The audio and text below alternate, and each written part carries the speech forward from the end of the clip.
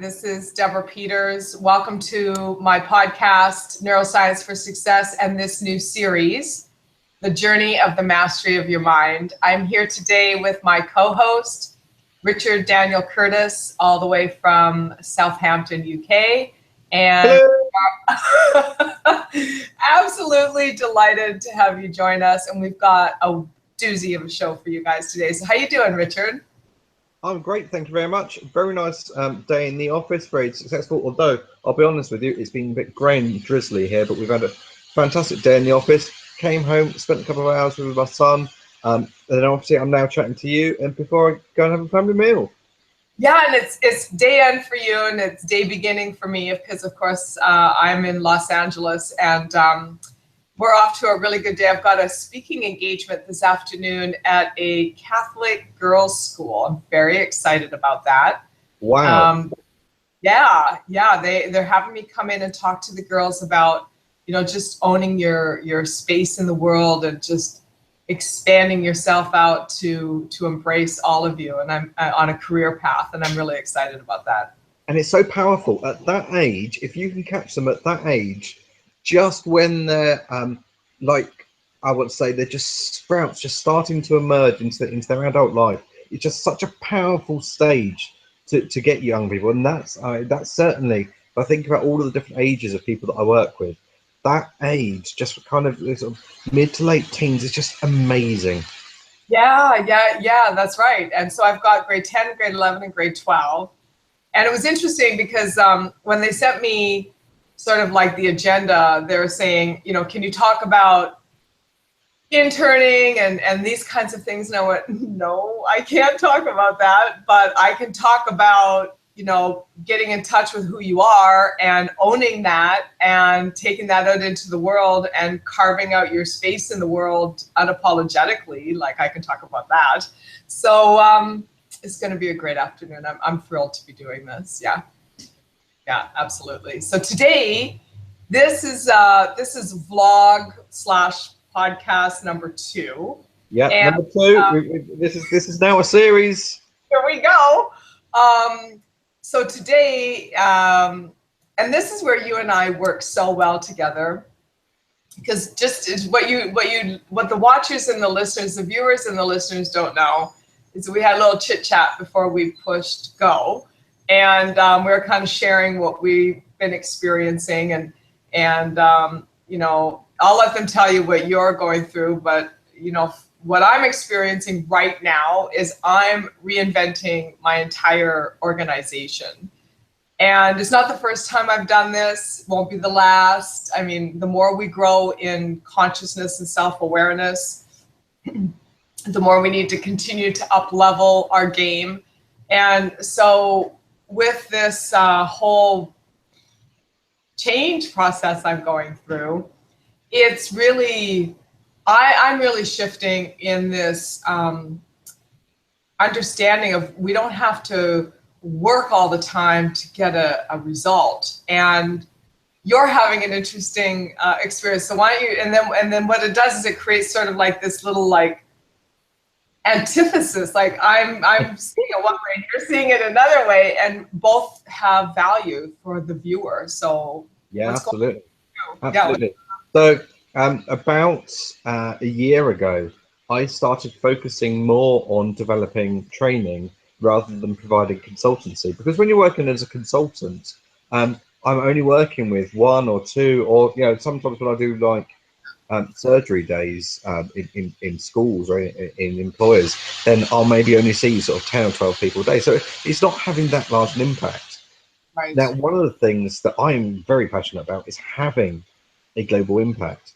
And so what I did notice, going back over what's happened in our business over the last 3 years, is that our training is huge. It's become a really large part, and certainly last year it was a good third of our turnover. However, in terms of sustainability, it was way in excess, something like 10 times the amount of gross profit for our organization.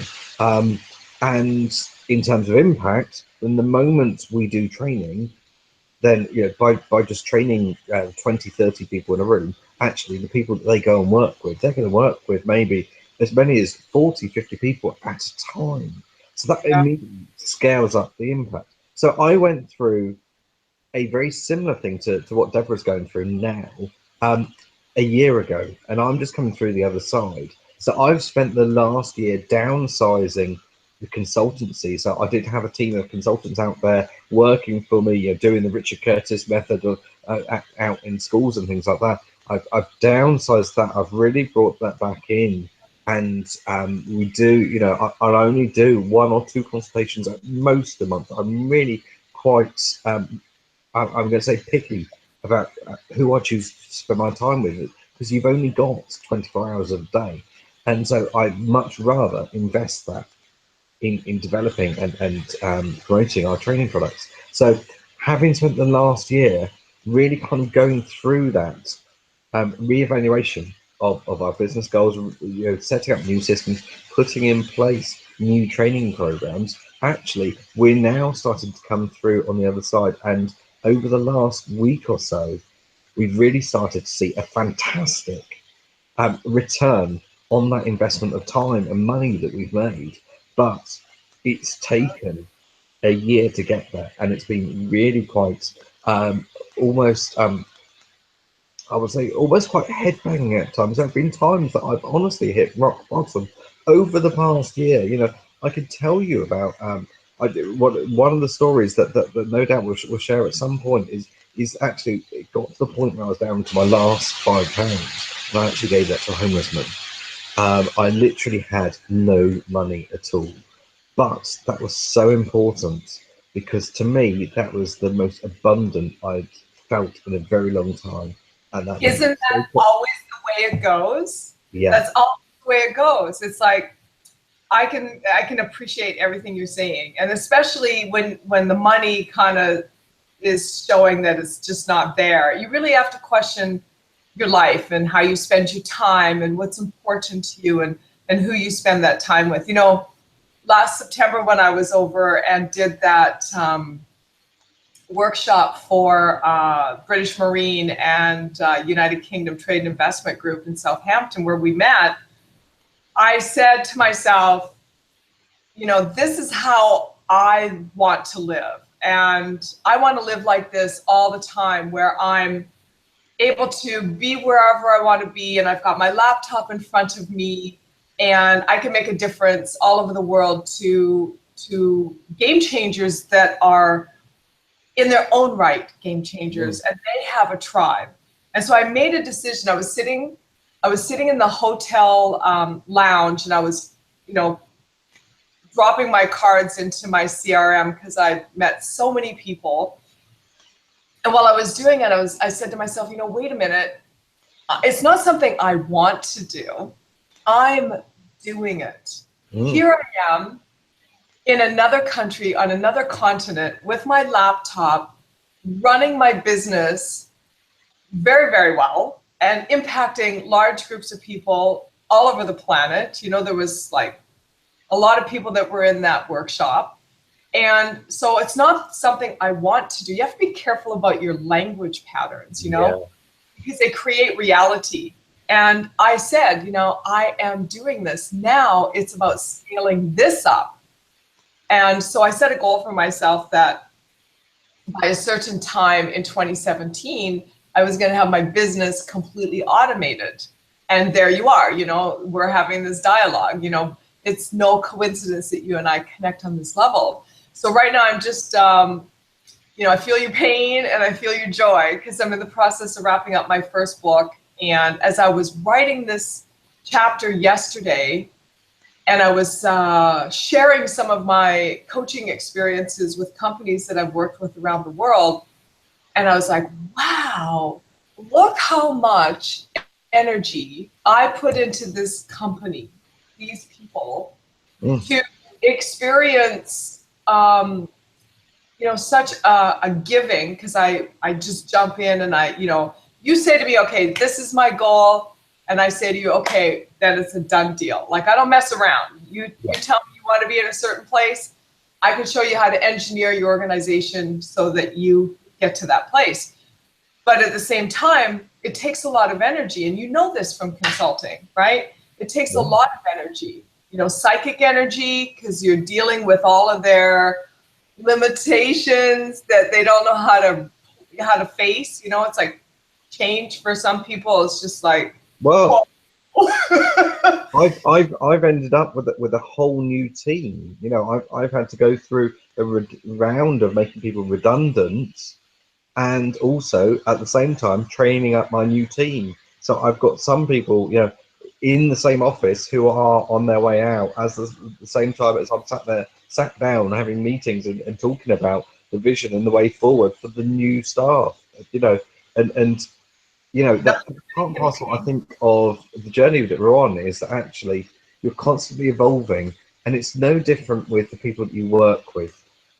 So many people, I hear business owners saying that they've got the ideal team and they want to do everything that they can to keep hold of them, but actually it's only ever the business owner that's going to be the person that's the one, you know, that's there forever.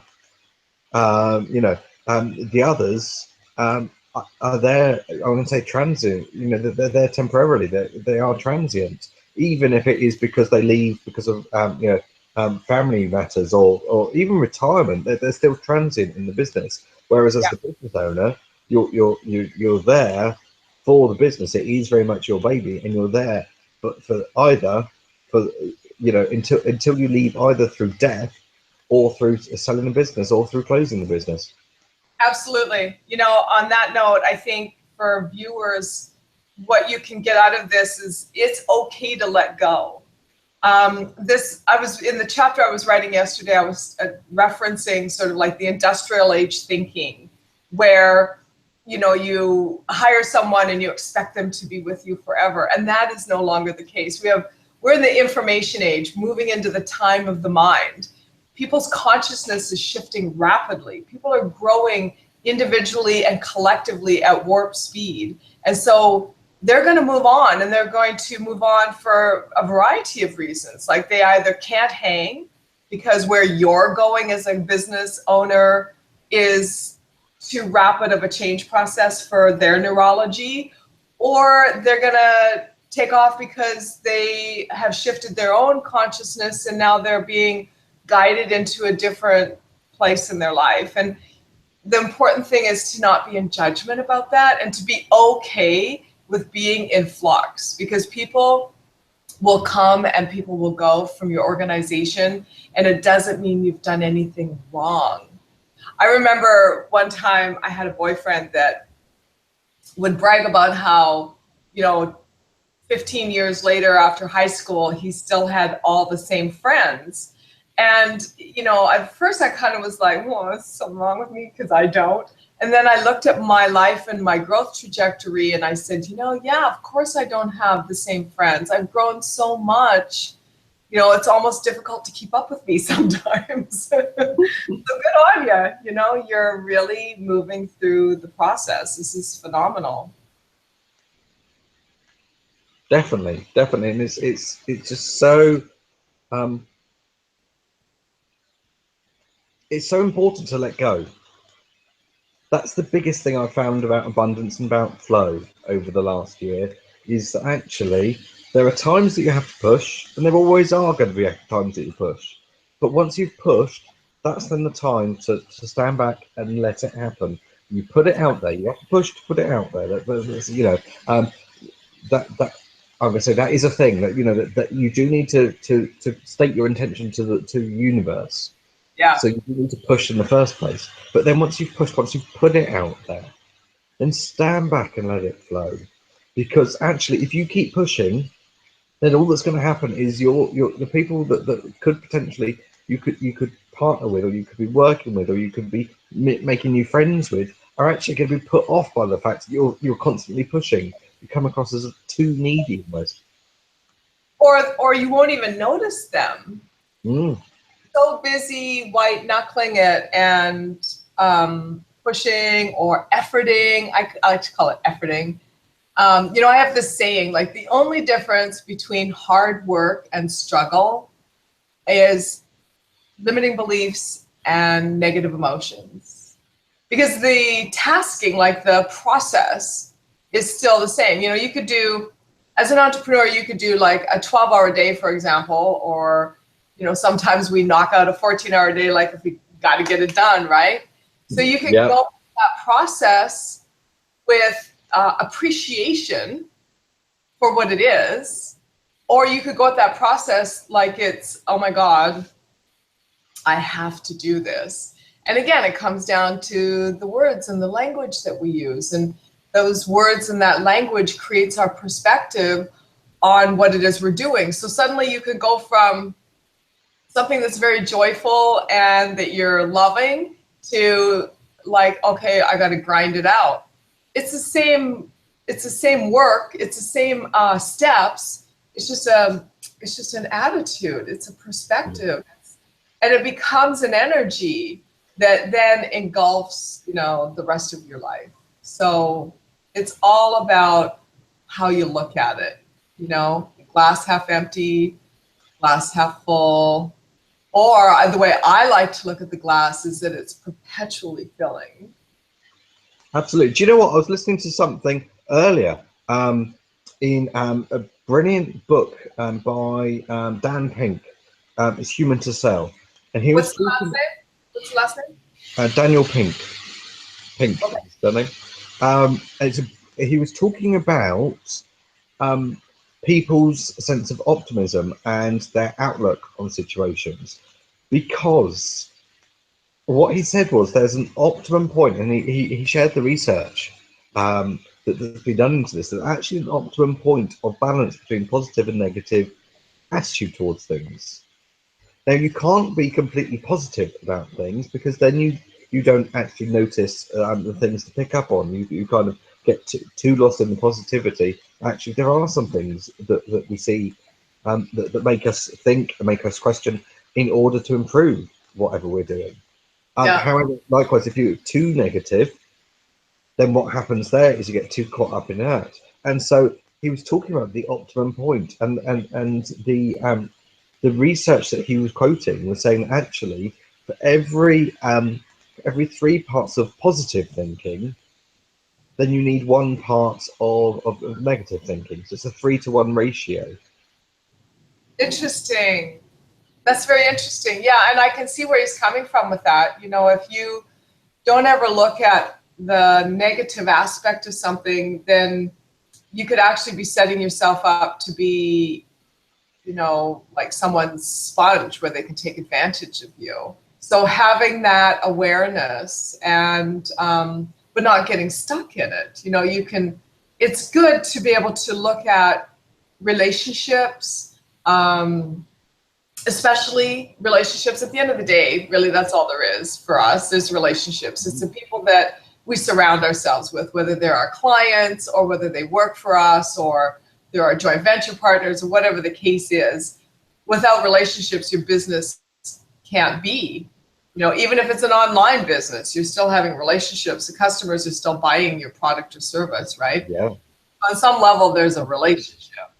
And so if you aren't able to observe, if we're going to call it the negative aspect of something or someone, then we would never really know when our boundaries are being crossed, or when, you know, they could be giving more of their best and we're accepting less, and then that cripples everyone. I mean, the list could go on and on around that. So I can appreciate where he's coming from with that. The important thing is that not to get stuck in that negativity, or also to avoid the generalization that if there's some negative performance or you know, communication skill or personality trait or whatever the case is about someone, don't let that block you from appreciating all of the good stuff about that person. And so you can observe without locking them into a generalized idea that they're not a good person just because they've got this element about them that needs perhaps an up level or an upgrade. And then you can focus on the aspects of them that you can appreciate. I remember, do you remember the movie Seabiscuit. Did you see that movie? No. Oh my gosh, it's a movie about a horse. It's a race horse, and the horse goes lame, and the trainer, this sort of codgy old guy, the trainer says to the owner, he goes, you know, you don't throw out the whole horse because you've got one little problem. You know, you work on the problem and you appreciate the rest of the horse. And it's funny because that horse went on to win and become like a champion. And so I look at people like that too. It's like, okay, so maybe it's you're not working or we're not working together as a team in my company, but that doesn't mean that you wouldn't thrive somewhere else. How can I help you find where you would thrive? And that takes us out of that whole industrial age thinking, which is dying so rapidly. And I think that's where people are kind of getting tripped up. It's like, wait a minute, when I hear in conversation this concept of the millennials, you can't get them to work and you can't get them to stick around for very long. And I'm like, maybe we can learn something from that. Maybe we can learn that you don't have to kill yourself and skip lunch and skip holidays to thrive. Yeah. And maybe we can learn that you don't have to do the same thing for the rest of your life to be good. There's a lot of constructs that are breaking down. And so I'm glad that we're doing this vlog because I know that there's a lot of value here for folks. Absolutely. Yeah. And I think, in summary, that's a very good point to end. We've actually reached the 20-minute mark today. I was feeling that. I'm like, wonder how long we've been on here. So. Yeah. So I think actually that's a really good message to end on. That you don't always need to be pushing. You don't always need to be going. That actually, to use an old adverb, a rested field is the most fruitful. Yeah, and it reminds me of back in the day I used to follow Deepak Chopra and go to his workshops and listen to his tapes. And boy, that's how long ago it was. They were tapes. And this was a concept that I got really loud and clear. And that is manifestation doesn't take place in the thinking about the thing. Manifestation takes place when it's the gap between the thoughts. Yep. So it's the gap between the thoughts where the thing manifests. And so you can equate that to any goal you have. We talked about this early on. It's like to make the goal, set the intention, and then go do something else. So it has the gap to manifest in. Yeah, definitely. Yeah. So I love working with you. This is so awesome. I know. Right. So shall we say goodbye to our lovely viewers and listeners? Yes. Thank you guys for tuning in. Thank you for liking. Thank you for subscribing. Thank you for sharing. Thank you for telling your whole tribe about us. And we're just really grateful and appreciative that you've tuned in, and we are excited to see you again. So have a blessed evening and day. Look forward to seeing you soon. Take care. Bye. Bye.